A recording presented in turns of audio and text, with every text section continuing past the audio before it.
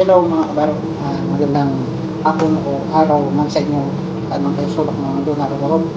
Ito na naman ulit si Alan Canino sa Buhay Chef sa Barko. Ngayon, pakikita natin kung paano paggawa ko ng aking recipe plan. Ibang akin ng recipe ang tinukuha ko sa recipe plan. Hindi ko na tinatanggal yung white ng yung egg yolk, not white. At hindi ko na iniwala yung pula na yan. Pinagsasama-sama ko ng lahat. Gagamit tayo ng 36 eggs na itlog. Tapos dalawang ibap, tatlong condense, at saka isang liter na milk. Tapos magpukot tayo ng sugar. Gagawin natin ng caramel. Ayan na, magpapagayan siya. Tunawin natin siya, gagawin natin ng caramel. At yun ang magiging kuha niya sa kuha ng leche plan. Pagkasama-samahin natin itong 36 egg, milk, condense, at saka ibap. Kung ganito, mag-mix natin, gagamitan natin siya ng mixer. Huwag natin siyang ganun pabubulain. Kung pwede rin, kung meron kayong pansala ng panitela, pwede nyo rin salaan siya para mawala yung mga bubbles ng ating egg, ng ating leche plan. Umpisa na natin mga karo. Kakatumo na yung video para natin pakikita pagka ay nabasa po natin mga egg. At saka yung ating caramel, tatapusin muna natin. Ito nang ginagawa. Ito na yung ating caramel. At siya, ito yung una. Ito pwede nyo i-steam, pwede nyo i-oven. Pag nag-oven kayo ng leche plan, lagyan nyo siya ng water sa ilalim. Saan nyo siya takpan ng foil. Okay, alright. Cut ko muna yung video at tutuloy natin muna. Paro, tuloy na natin yung ating paggawa ng leche plan. Ito, naikuha na natin yung egg natin. Matanggalan natin sa 36 pieces siya. Tapos ito yung ating ibang at saka yung condensed milk na tatlo. At sasama-samahin natin. At ito na yung panagawa natin caramel. Dito natin siya lalagay yung ating pinunaw na sugar. Mas maganda rin yung gamit yung brown sugar. Kaya natin yung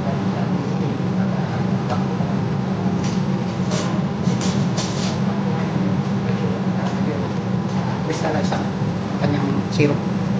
Pagka brown sugar, masyadong maitim ang kanyang syrup. Ito, crystallize lang ang medyo brown lang ang kanyang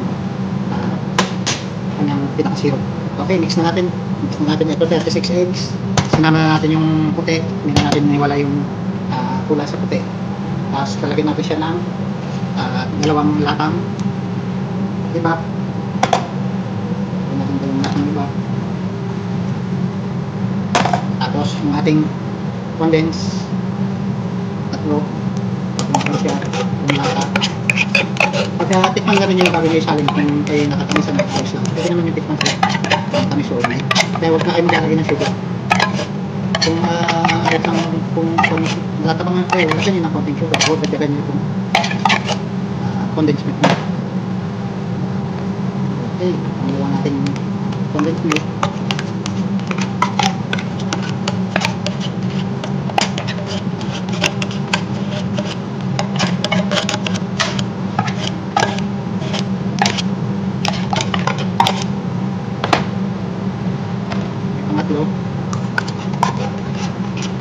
Tapos ang paglagay nyo ng fresh milk, huwag nyo munang bubusin ng isang liter. Tingnan muna nyo kung subukan muna nyo yung kalahati kung malapot siya o hindi. At malapot, medyo dagdagan nyo na konti. Okay, nandiyan na yung ating pan. Tapos lalagay natin muna yung kalahati nating fresh milk.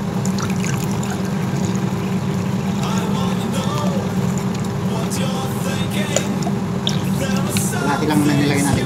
Saka natin ngayon siya gagamitan ng mixer. Ito na ito.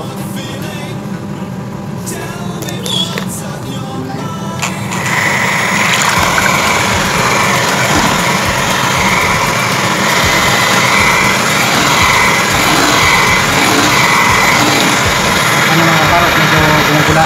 Kaya kailangan wala yung gula na yun para may iwan nyo para babal sa ating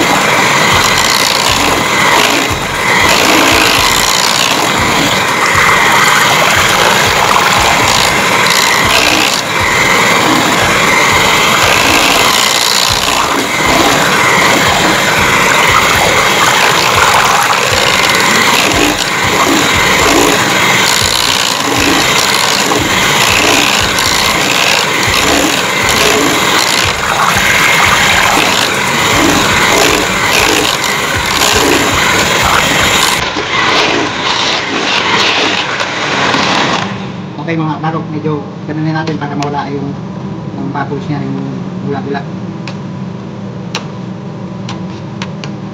Paano yung mixer, din lang natin siya, kaya medyo nawala na yung bula. Okay, pag nawala na yung bula, natin siya sasaling sa ating ginawang silog.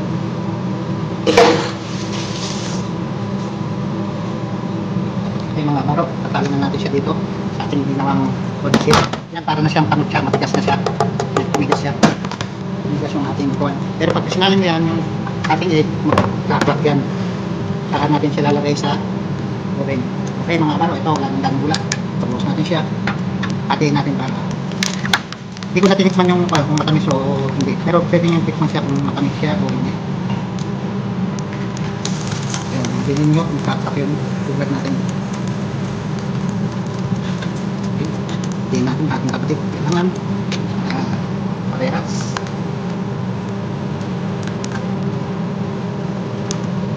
Sakto lang mga kabaro yung ating lalagyan. Kalahati lang ng ating breast milk ang ating inilagay. Alright, finish na mga kabaro. Lagyan natin sa oven. Laban lang natin sa oil. Ano daw? Nasa 140 lang na ng ating oven. Tapos lagyan natin siya ng tubig. Okay, ito kasi siya lalagay. Ang nalalang natin siya ng tubig.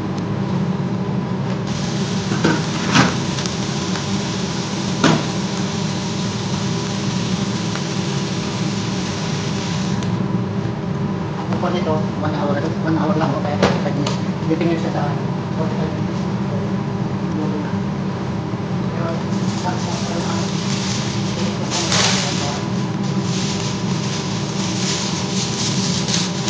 Okay, takpan natin siya ng foil para hindi kasutin ng tubig.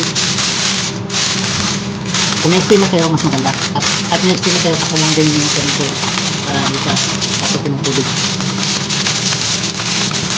Okay, kasutin yung mga kumisa.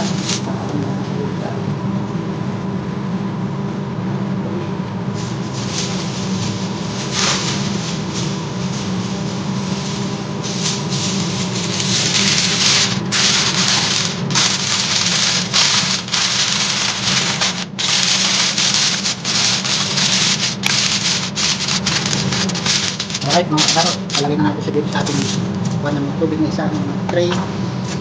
Saan natin na siya nakasok sa oven. Pasok natin siya sa oven. Ay.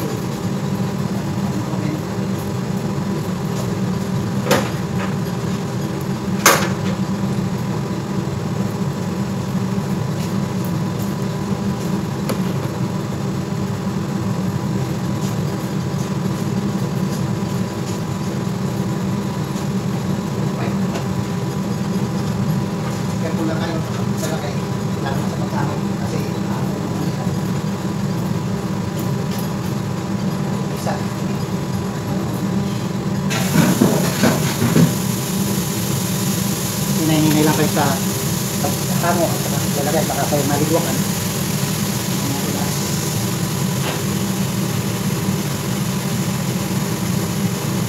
Dito kasi sa bako, minsan marolin na yan, minsan hindi naman kayo na kita kung tayo mga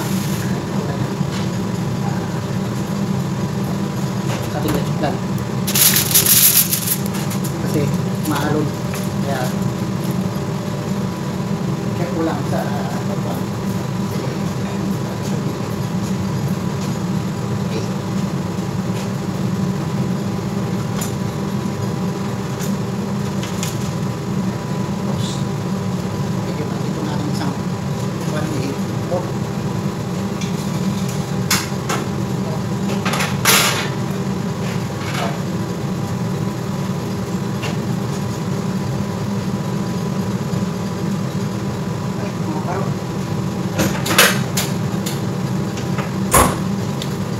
Set na natin siya set natin yung ating oven ng 140 sa 1 hour.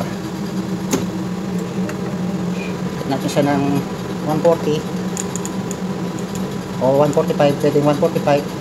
Tapos set natin siya sa 1 hour 16 minutes. Okay. Ay, natin.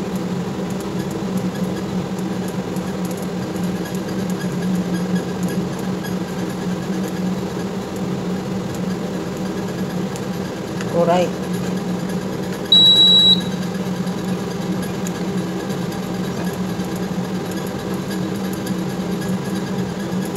E45 E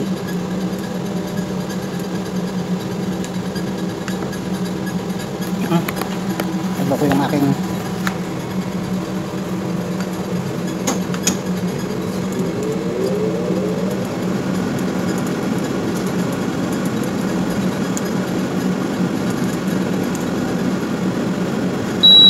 alright mga kabaro, nakaset siya sa 145 tapos 60 minutes preheat na siya at balikan natin siya after 1 hour.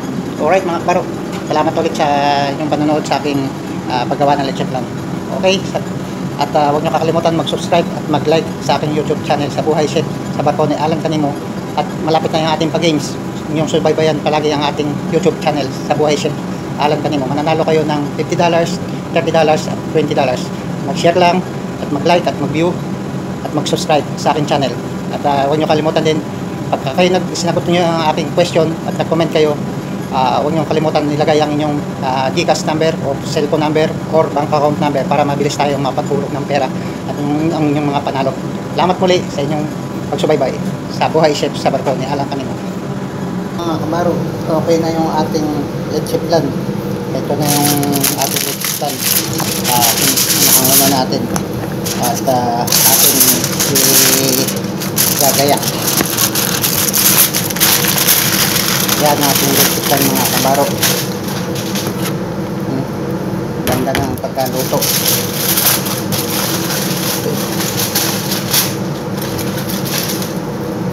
Ito ang ating leche plan mga kabaro.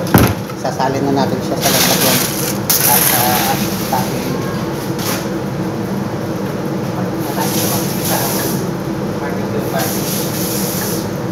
ito natin siya sa lalagyan.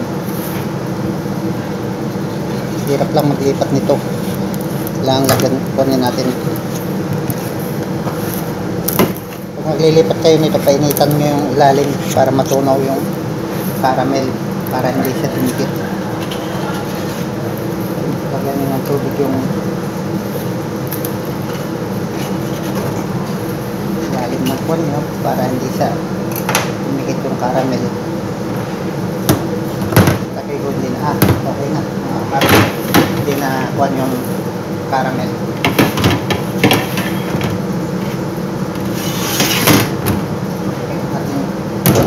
Lagyan natin siya. Okay. Yung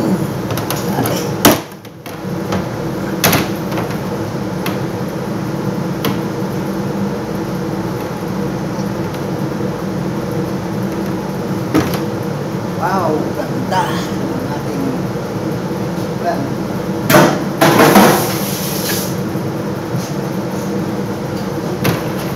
Okay, tingnan nyo mga kabaro, yan ang ating finished product ng leche plan. Ito ngayon ang sinalin natin yung isa sasalin ulit natin. Oops. Isa ulit dito. Angat. Bilisan lamang pagsalin. Yung ulit.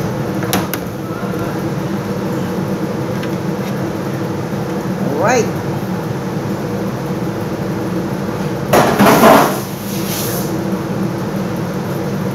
Alright mga kabaro, itong ating leche plan, finish na yung ating nilutong leche plan para sa farewell party natin sa ating pag-uwi sa pagbakasyon natin.